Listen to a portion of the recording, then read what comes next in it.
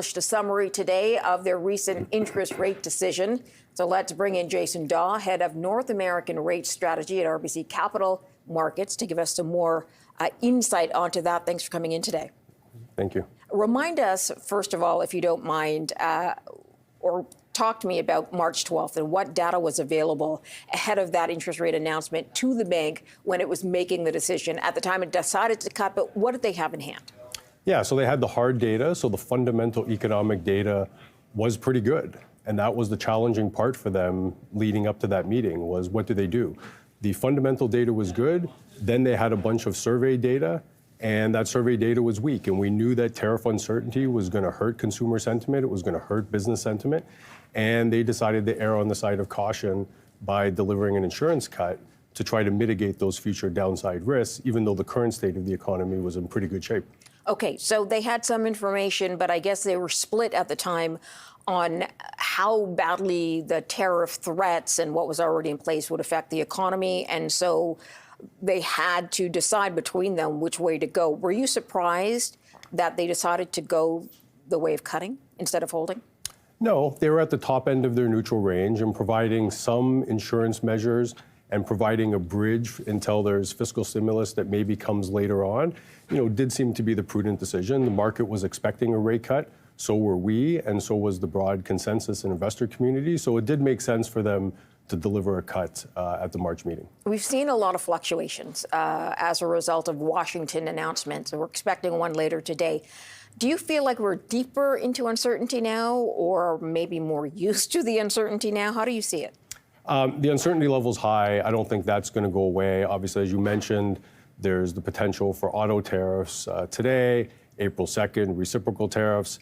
Even when those dates pass, the uncertainty related to U.S. trade policy is not going to disappear. So this is going to be a cloud that hangs over the Canadian economy for the medium term. And that's why, from a monetary policy perspective, some more rate cuts are probably prudent. From a fiscal policy perspective, some stimulus is probably in the cards going forward.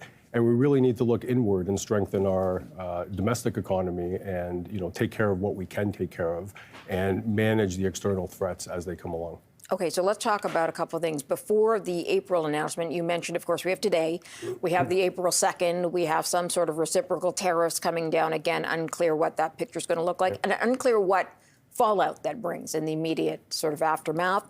What other data will the bank have ahead of their April announcement that it can take into account to determine a way forward?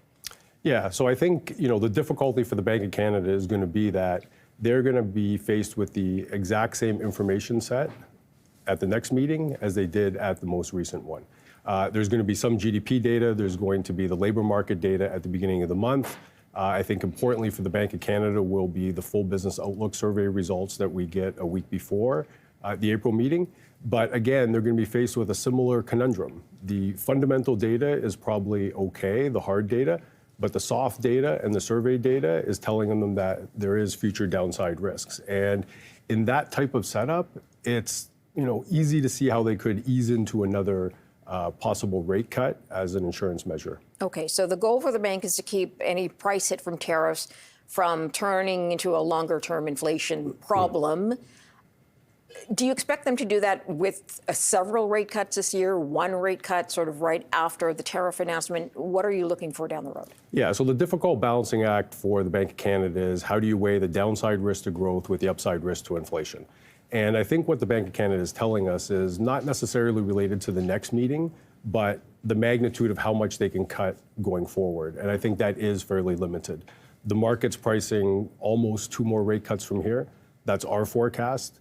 That seems like a reasonable level to possibly get down to.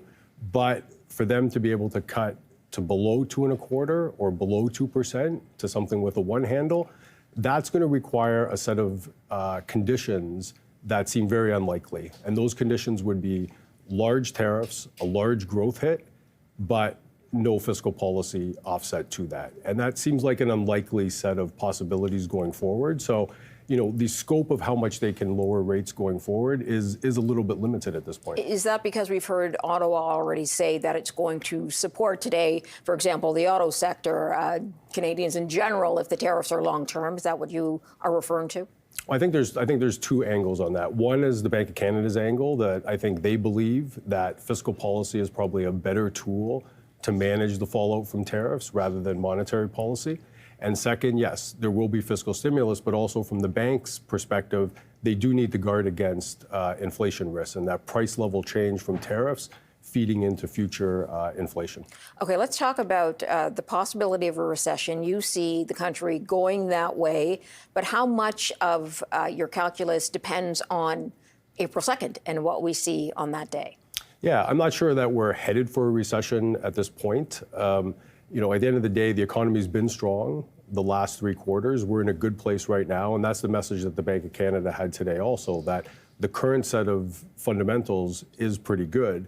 If there are large tariffs, 25% across the board, then yes, you're probably into an environment where growth is teetering on the brink of recession or no recession. If you have smaller tariffs than that, then yes, there's going to be some downside risk to economic growth, but maybe not enough to tilt the balance towards recession. So we are hearing different things, right? We're hearing no sector specific, maybe, as you mentioned, at 25% or 10% across the board. But then we also know Donald Trump has a problem with Canada's lumber industry, Canada's dairy industry. Autos clearly have been sticking out to him as well. Steel and aluminum are already tariffed. So if we do get sector specific instead of an across the board tariff, will we fare better? Or, you know, if it's 25% on the major industries, are we in that same boat as we would be with one across the board? You know, yes, it's going to depend, one, on the size and how big that sector is for the Canadian economy. But yes, if you get big and large and sustained tariffs on important sectors of the economy, then yes, it is going to be fairly detrimental to growth going forward. And it's going to continue to have that cloud of uncertainty. It's going to create less hiring, less business investment, more precautionary savings. All these factors will push the economy lower rather than higher. Are you thinking that perhaps after April 2nd and whatever fallout that brings, things will settle down? I'm not sure. I think that's going to be the maybe big salvo as far as what Trump's trying to achieve. But I'm not sure trade threats and tariff threats are going to go away anytime soon. Got it. Jason, good to have you in-house. Thank you very much for joining us. Thank you.